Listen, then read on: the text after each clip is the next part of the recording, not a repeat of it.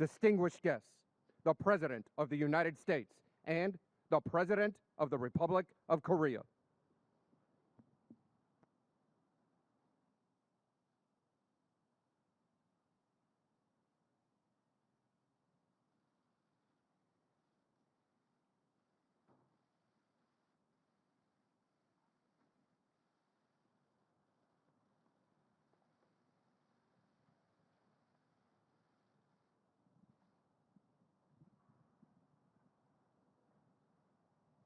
Please be seated.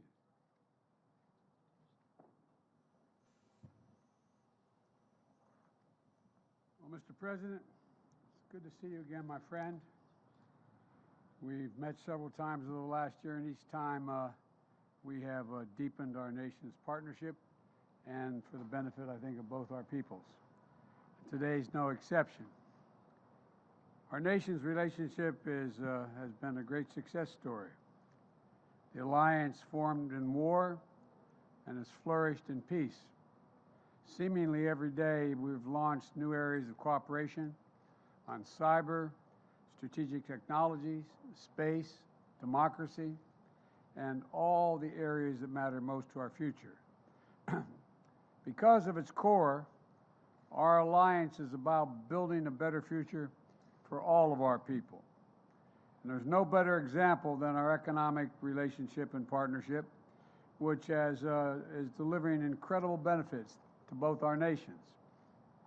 Through the Indo-Pacific Economic Framework, we're advancing economic growth grounded in high standards for our workers, for the environment, and for communities throughout the region.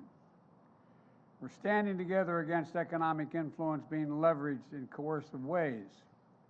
And since I took office, Korean companies have invested more than $100 billion in the United States, driving innovation and spurring good new jobs for Americans and Korean workers. Our mutual defense treaty is ironclad, and that includes our commitment to extended deterrence, and that includes the nuclear threat and the nuclear deterrent. They're particularly important in the face of DPRK's increased threats and a blatant violation of U.S. sanctions.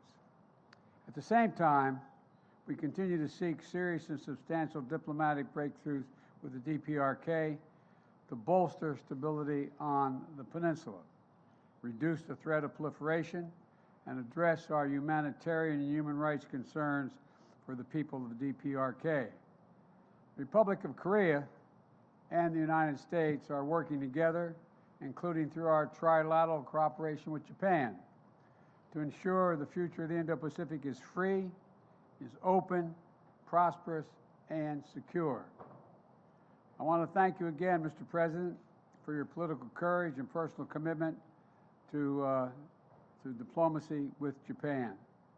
I've worked on these issues for a long time, and I can tell you it makes an enormous difference when we all pull together. I also welcome and support your administration's new Indo-Pacific strategy. It's a strategy that affirms how aligned our two nations are and our visions of the region and how similar they are. Today, we discussed our work together on promoting peace and stability in the Taiwan Straits, ensuring freedom of navigation in the South China Sea and beyond. Excuse me.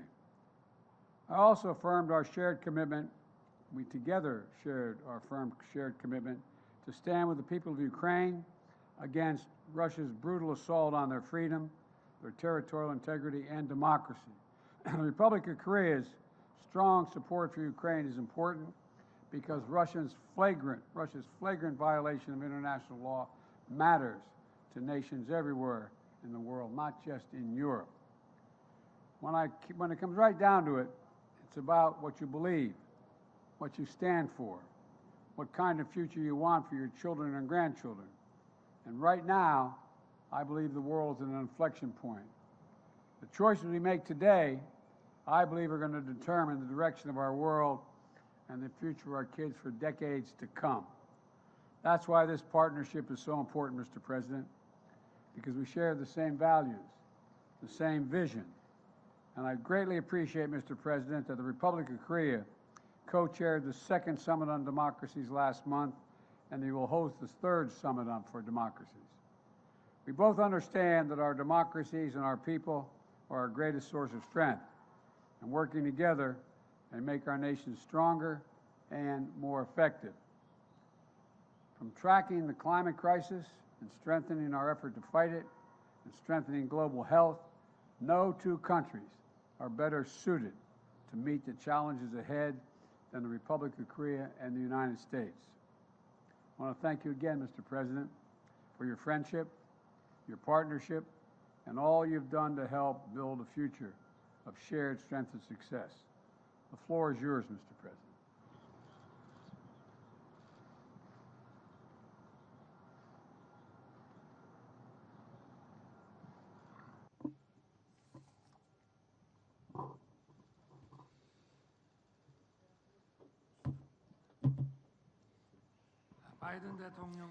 President Biden, thank you for your special and warm hospitality. I am very pleased to be making a state visit to the United States during this meaningful year that marks the 70th anniversary of the ROK-US alliance. Our two countries have overcome challenges and crises during the past 70 years based on the deep roots of freedom and democracy, building a value alliance that is strong, resilient, and sustainable. We are now being threatened by an unprecedented polycrisis. The ROK-US alliance is jointly overcoming this crisis, also coming from North Korea, as a righteous alliance that contributes to world peace and prosperity. We will further expand the depth and denotation of the ROK-US Global Comprehensive Strategic Partnership and march forward to the future. Today, President Biden and myself engaged in constructive dialogue to discuss ways to materialize this shared vision. The outcome of our dialogue is well outlined in the joint statement adopted today. The first key outcome is extended deterrence. Sustainable peace on the Korean Peninsula does not happen automatically.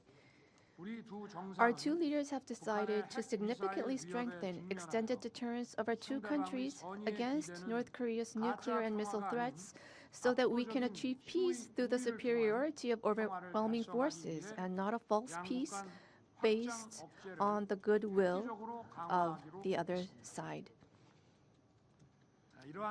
Such a will and commitment is captured in the Washington Declaration. President Biden has reaffirmed his ironclad commitment to extended deterrence towards the Republic of Korea. Our two countries have agreed to immediate bilateral presidential consultations in the event of North Korea's nuclear attack and promise to respond swiftly, overwhelmingly, and decisively using the full force of the alliance, including the United States nuclear weapons. Our two countries have agreed to establish a nuclear consultative group to map out a specific plan to operate the new extended deterrence system. Now, our two countries will share information on nuclear and strategic weapon operations plans in response to North Korea's provocations and have regular consultations on ways to plan and execute joint operations that combine Korea's state-of-the-art conventional forces with the U.S.'s nuclear capabilities, the results of which will be reported to the leaders of our two countries on a regular basis. In addition, our two countries have agreed to further advance tabletop exercises against a potential nuclear crisis.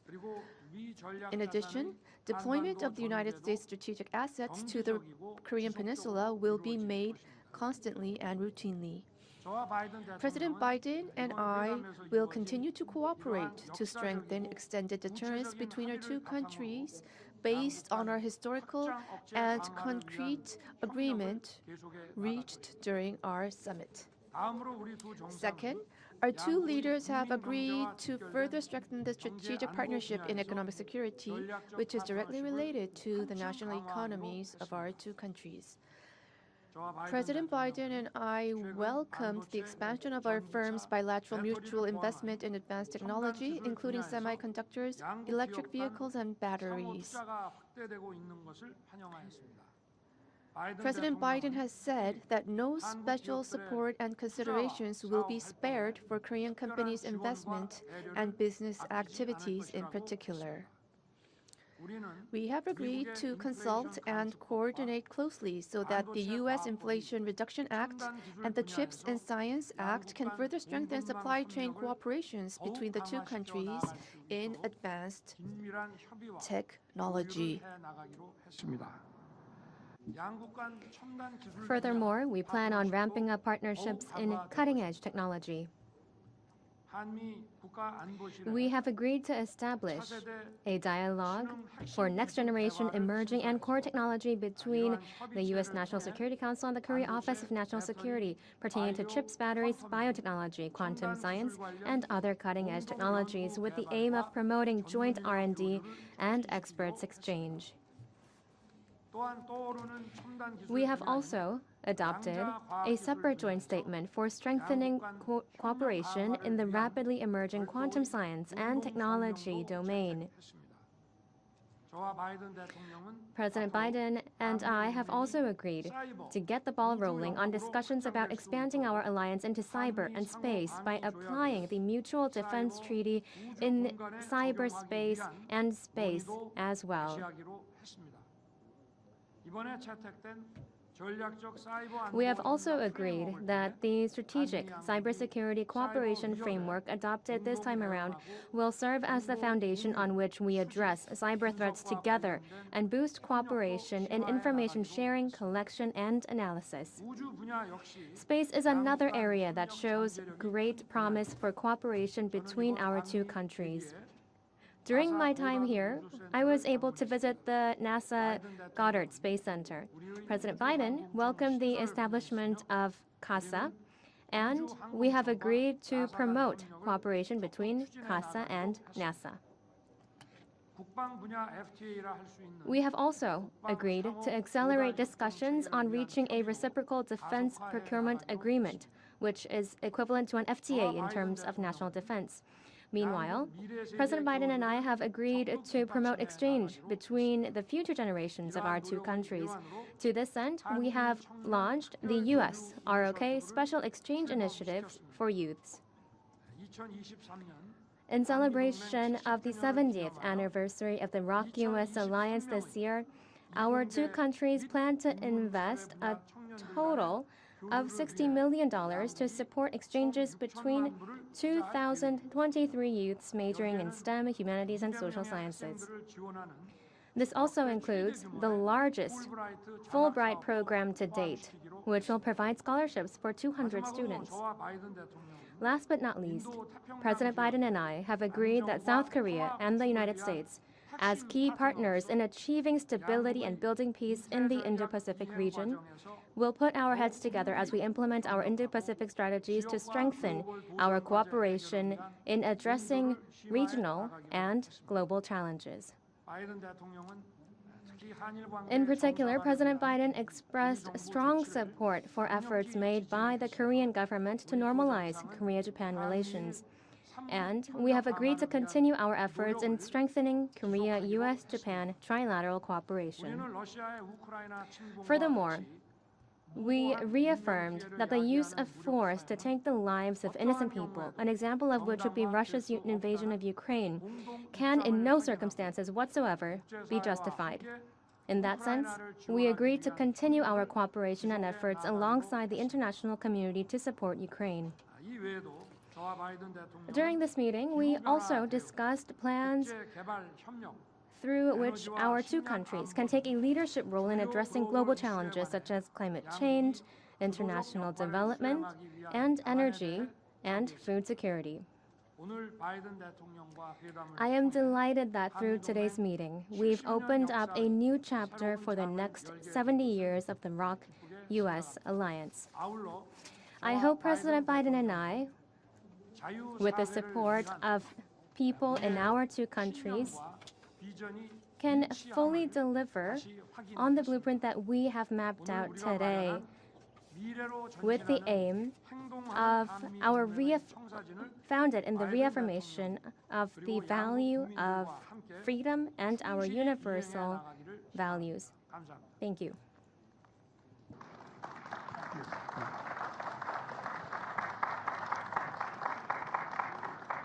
Now we're going to take some questions. The first question is from Courtney of the Los Angeles Times.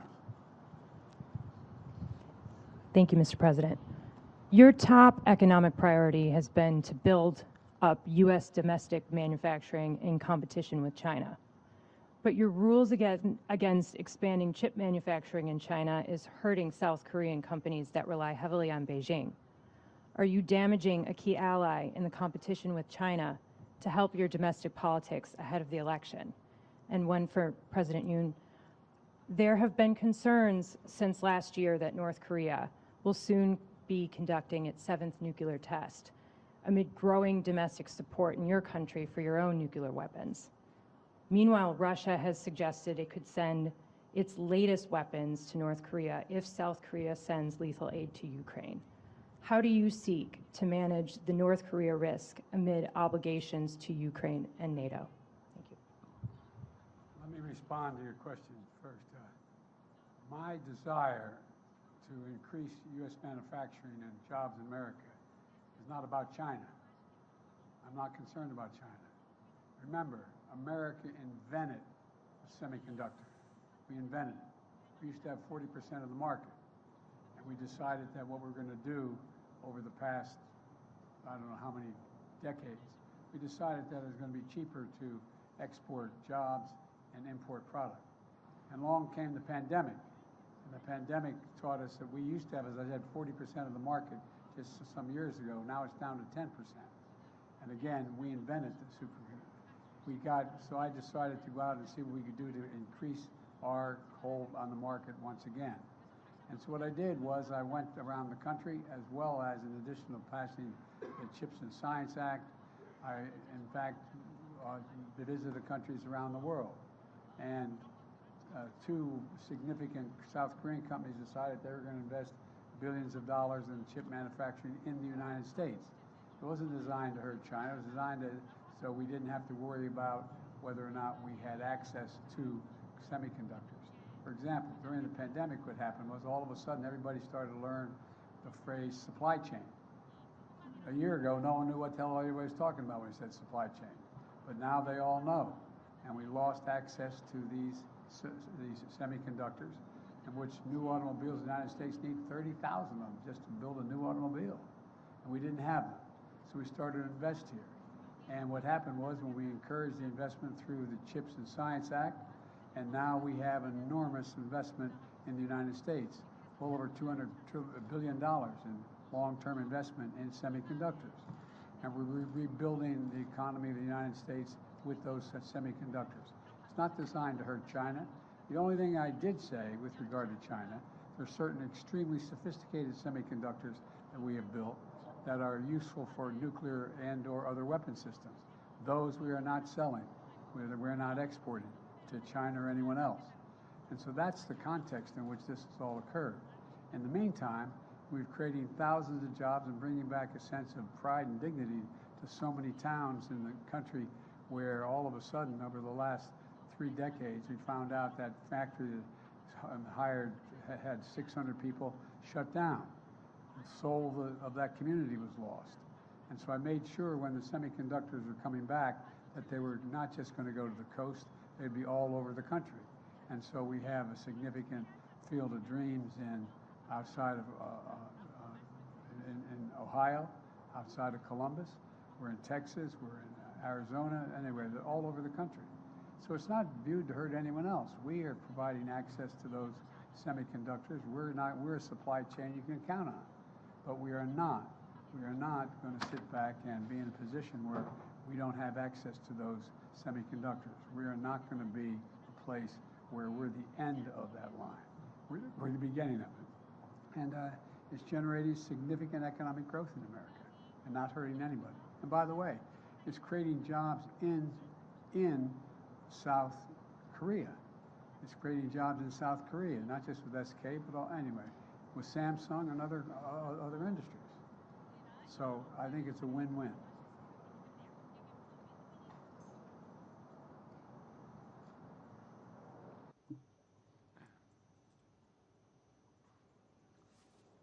질문에 대해서 With regard to your question, let me provide my answer. 한미 양국의 Korea and the 워싱턴 U.S., 선언에서 based on its Washington Declaration, our two countries have agreed to strengthen extended deterrence, and the implementation level is different from the past. First of all,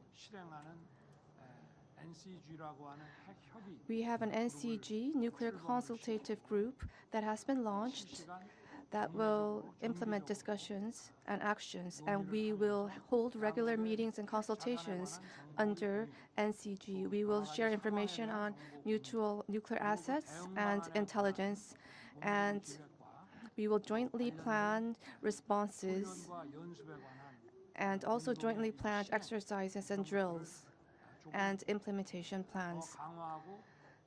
So all of these will be strengthened and specified under the Nuclear Consultative Group. We want to customize our response against North Korea's nuclear threat based on extended deterrence. And in the process of achieving this goal, any concerns that Koreans may have against North Korean nuclear weapons will be relieved, I believe. If nuclear weapons are used, our two countries will strengthen our response in a swift manner.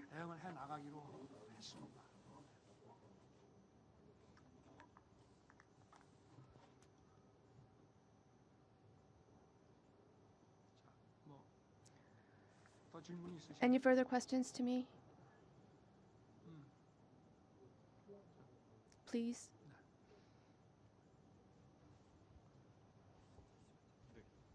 네, 안녕하세요. 저 MBN의 원중희 기자라고 합니다. Reporter 저도 양국 Won from 대통령 두 분께 Won 질문을 한 가지 드리고 NTN. 싶은데요. I have two 답변 questions 지금 주셨지만 for 확장제 you. 관련해서 With regard to 이번에 extended 한미 핵 협의 deterrence, 그룹이 좀 구성됐을 때 the 한국이 좀 구체적으로 NCG that has 어떻게 been 여기 formed, 작동하는지에 대해서 좀 여쭤보고 싶습니다. how will 이를테면 Korea 핵무기 function 탑재가 under 가능한 이 NCG? 전략자산 운용에 Any kind 한국이 좀 of 어떤 식으로 관여하게 되는지 이런 부분 nuclear 설명 equipped 가능하시면 좀 nuclear 부탁드리고요. assets will 관련해서 be in 바이든 function. 대통령께 여쭤보고 싶은 것은 And to President 오늘 발표 Biden, 보면 한국은 이제 NPT 체제를 유지하면서 Korea is to 확장 억제를 maintain the 강화하는 NPT 방식을 and it is to 채택을 strengthen 했는데요. extended deterrence, 대통령께서 correct? 보시기에 이 정도면 So, 북핵 위협에 based on your 대해서 view, 한국 do you 국민들이 think this 느끼기에 is enough 안심할 만한 to guard 수준이라고 Korea against the 판단하시는지 North Korean 여쭤보고 nuclear 싶습니다. threat? Thank you very much. 핵 협의 그룹의 활동에 대해서는 Well, let me address your question about the activities of the NCG. We are going to be sharing information and we are going to be acting jointly. That is the key. 어떻게 공유하고 I can't talk to the specifics right now about what type of information and what type of specific activities we will be conducting.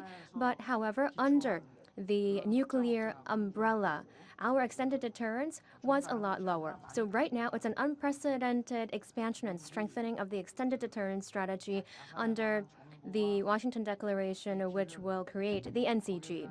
대응 실행을 The implementation and the response 공유하고 의논한 적이 없기 때문에 at this level has never 확장 억제 thus far been this strong. So this is a new level of extended deterrence, much stronger, that I can say with confidence.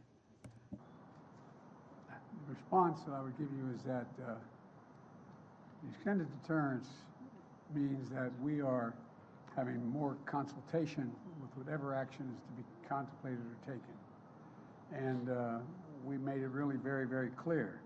The ROK has repeatedly confirmed its commitment to the Non-Proliferation Treaty. And the Washington Declaration is a prudent step to reinforce extended deterrence and respond to advancing DPRK nuclear threat. Look, a nuclear attack by North Korea against the United States or its allies or partisans or partners is unacceptable and will result in the end of whatever regime were to take such an action.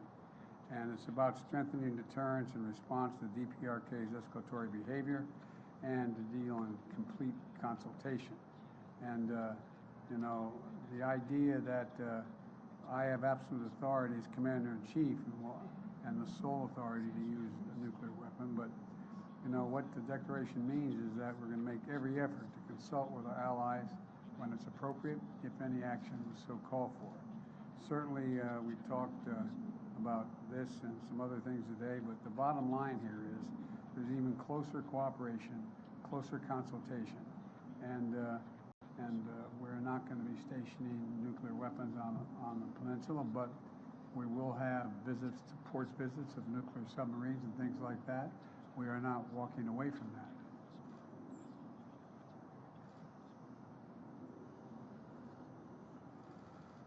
My turn to ask a question.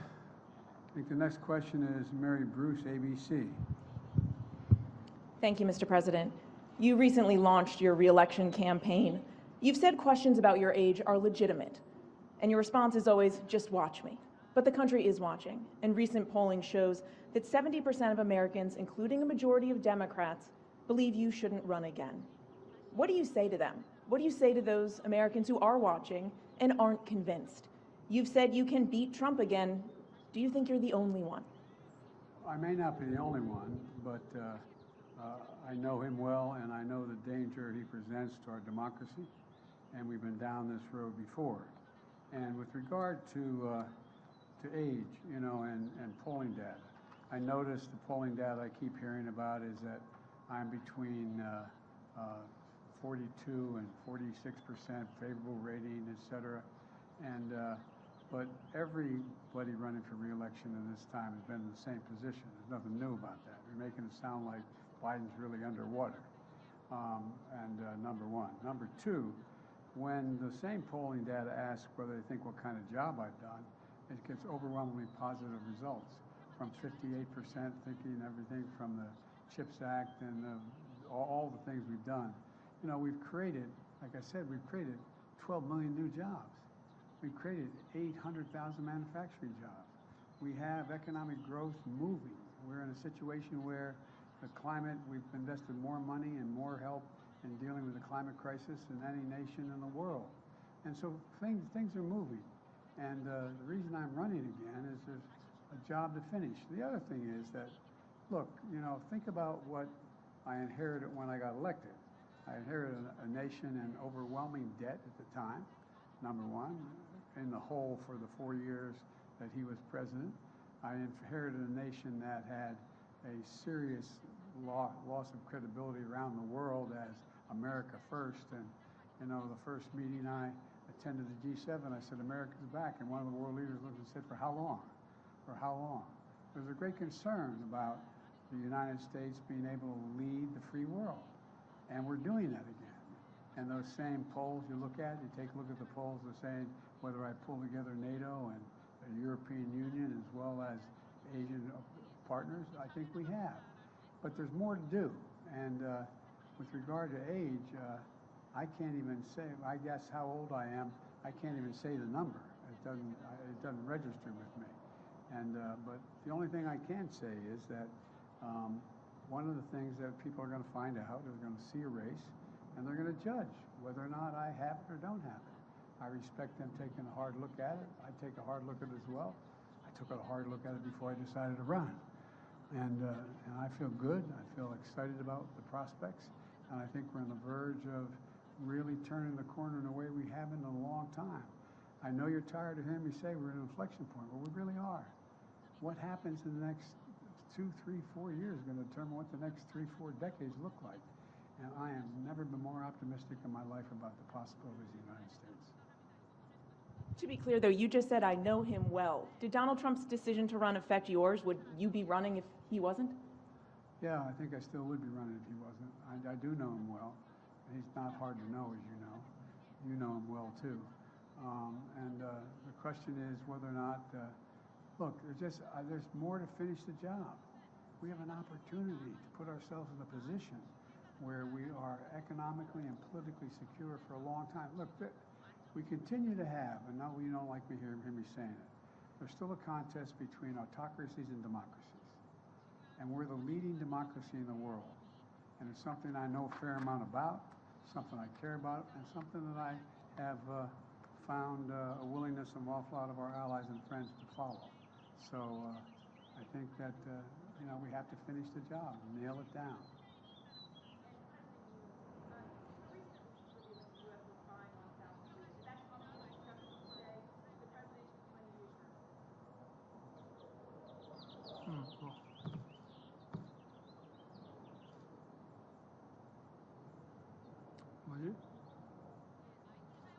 You need to repeat the question. The mic was not used. We could not interpret.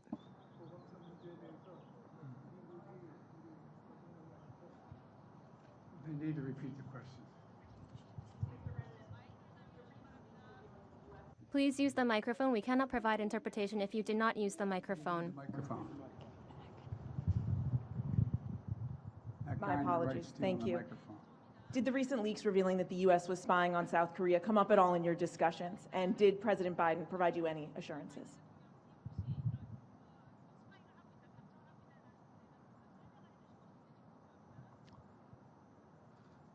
지금 뭐 한미 간에 그 부분에 대해서는 With regard to that, 소통하고 we are communicating between our two countries and we are sharing necessary information. I believe that investigation is underway in the United States. So 다양하고 이런 복잡한 various and complex variables are always in play. We need time to wait for the investigation results by the United States, and we plan to continue to communicate on the matter.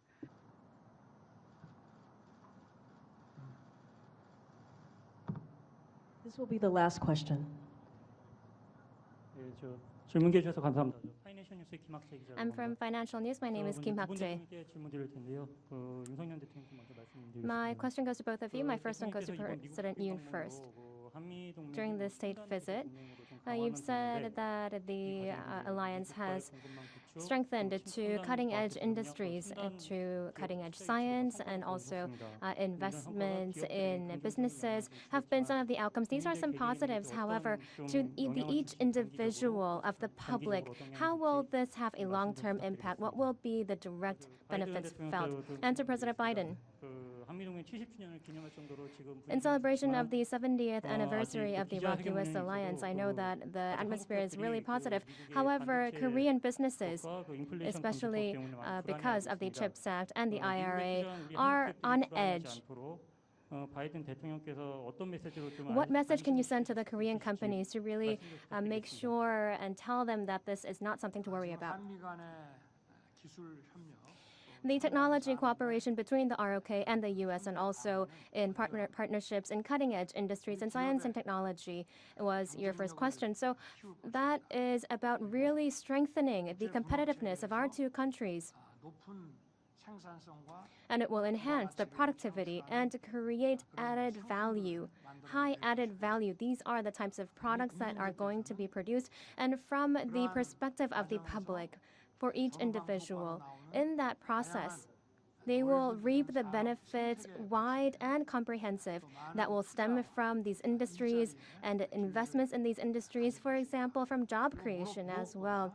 And above all, the future generations will be given the determination and will to take on new challenges and embrace opportunities in our industry so that they can continue to prosper and grow and become more abundant in the future.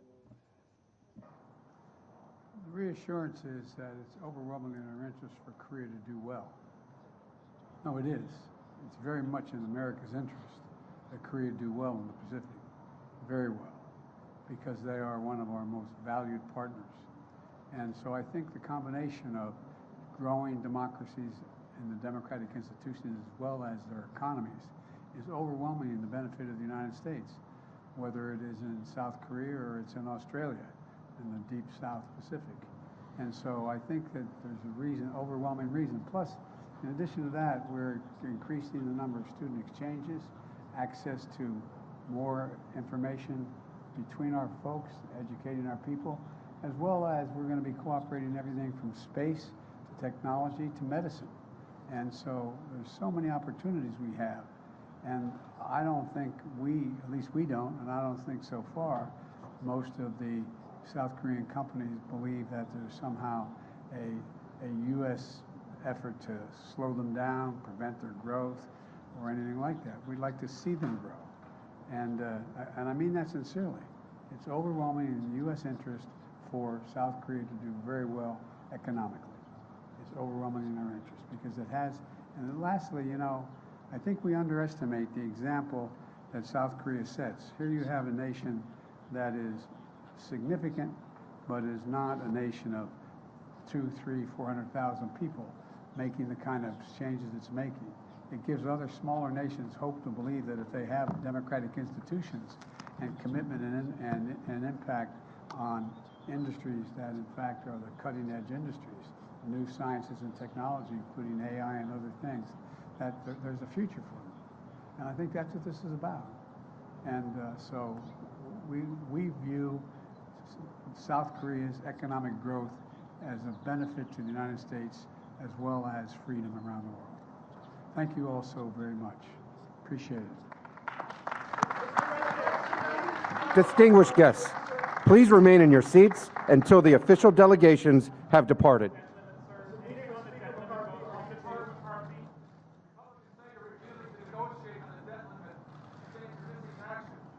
They haven't figured out the debt limit yet. Thank you. I'm happy to meet with McCarthy, but not on whether or not the debt limit gets extended. That's not negotiable. I noticed they quote Reagan and they quote Reagan all the time and they quote Trump, both of which said, it's just, I'm paraphrasing, it would be an absolute crime to not extend the debt limit.